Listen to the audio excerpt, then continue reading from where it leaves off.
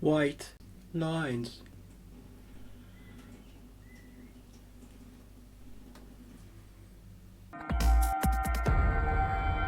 Hi and welcome to the Ruby Tuesday. My name is Ruben and this is my review for White Lines, a Netflix original series. So White Lines is created by the fame of the guy who did Money Heist. So if you love Money Heist, then you're in for a treat here.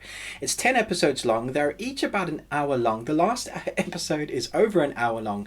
So it's quite an epic journey. It's basically about this young woman who goes to Ibiza to find what happened to her brother. So her brother was a famous DJ in Ibiza. He goes missing, and then she finds out that that's not the case. It's much worse than that. And so it's her story as she tries to find out and piece together the life of her brother in Ibiza.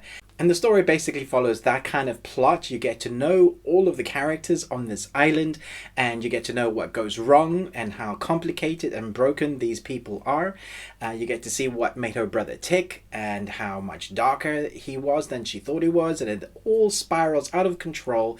If you took orgies and lots of naked people, lots and lots of drugs, lots and lots of corrupt people, lots and lots of very broken people in crazy ways, and then you mix in friends and you mix in alcohol and you let that bubble and stew, something was bound to go wrong. So something did, and that's what this story is about. And you see this world unfold. She's trying to find what happened to her brother. At the same time, she's kind of trying to figure out who she is. She is very broken because of what her brother's disappearance did to her, and now she's trying to find something else out because that's brought up these fresh new emotions. And I have to say, the filming of this series is fantastic. Visually, it looks incredible. The settings in Spain, we have two timelines, one in 1996 where you get to follow some of the story with her brother, one now where you get to see what's happening in that story. The two timelines kind of converge occasionally. They cross over as one person remembers one thing, as one person has another flashback, and you go back into that timeline, and then the story pieces together like a puzzle piece. I have to say, the main storyline isn't something that I thought was particularly good. That's not where this series shines. It is also very drawn out, quite long. Like I said, it's 10 hours of your time, and I feel like this series could be 6 hours. I feel like they could have chucked out 4. There was a couple of episodes in the middle there that I thought, well, I like what they're doing, and I love the acting from every person. I love the character development. I love the way it looks. I love the score, which I think is fantastic. The soundtrack is great. I still feel like they were taking their time getting to the point, because the point is always about who done it, and it's kind of not revenge. It's more like the reveal. That is the main plot event. So from getting from A to B takes a really long time. That's not to say that there is an enjoyment here, because it's crafted really well. It's a very well crafted series. It looks great. The acting, there's a few characters that for me that shine. I love the protagonist. I like the way her character develops and kind of figures out who she is along the way. I think that was interesting, although there were times that I found it very difficult to relate to those characters, because particularly the protagonist, she's gone to Ibiza. She's left her husband and her child, not even for a little while, it's for quite an extended period of time, just to figure out what happened to her brother. And I understand wanting to do that, but she's not left the police to do the job. She wants to be the detective and find out what's happened. And eventually it comes across as selfish, that her motivation is more about kind of finding out who she is, and not just about who did what to her brother. I think that's an interesting concept to have, but to relate to that character emotionally is pretty tough. I found myself liking the other characters more, some of the side characters, even though they were probably more corrupt or more broken. I think broken is probably a better way, because that's what this series is. It's just taking a bunch of broken people that have done a bunch of messed up things, that in their prime were, living on drugs, living on drug, sex, and not rock and roll, but Ibiza, drum and bass and house music and all of that. and now they've got to deal with the consequences of that lifestyle. And continuing that lifestyle, living in Ibiza, you see what that world has shaped them to be. So that's an interesting look at those characters, and I think it's crafted very well in that way. You get to see little snapshots of people's lives, and I think all the actors really take on their characters well.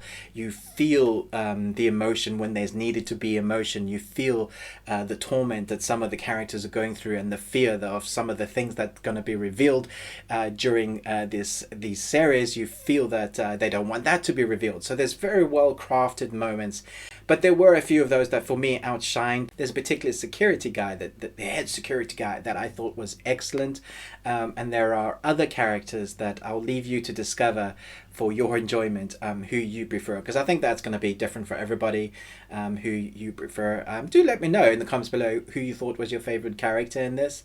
It was really interesting to see who you guys choose. There's also a hint at a second season, and I'm very wary of this. Sometimes you have a standalone story and you should allow it just to be that. I think they're tentatively waiting to see whether this series catches on, whether it becomes popular, and then, like, you know, like everything else, we're going to get a universe and have 3 or 4 series. Just like 13 Reasons, I really wanted that season to be a standalone, and now we have 3 seasons and we're going to get one more. I feel like this is a good, solid 10 episode story, even though it could have been shorter.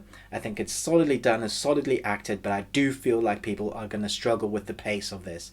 It looks beautiful, cinematography is fantastic, the acting is really good.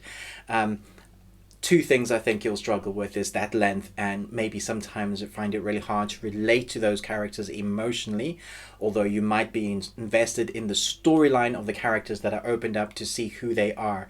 I don't know if the main arc is of who did it or who did what to the brother is going to be the driving force for you watching this series. I also watched this series over a number of days, and it was sometimes quite hard to get through an episode because I felt like they were dragging out certain plot elements. Even though it's pretty and it looks great and it's well acted, I just thought, wow, okay, you could have really shortened that. A Money Heist, even though that's a totally different story, I get it, but the pace in that is fast and frenetic. I really enjoyed every single episode of Money Heist. There was never a time I was bored, and I can't say the same for this series.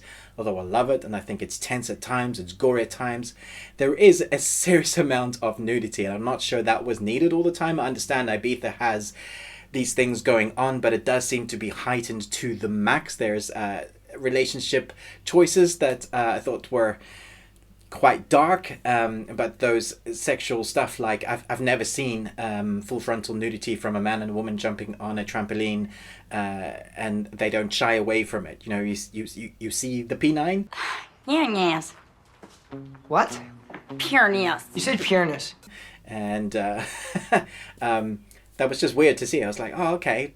Do we need this? I guess this is part of the elements of what you're trying to depict as debauchery in Ibiza. Everybody's taking all amounts of drugs and alcohol to the max, and everybody's sleeping with everybody, and that's what the lifestyle is. I get that, but it does seem like they showed that a lot in this series. So I don't know if it was an issue for you. It was slightly an issue for me.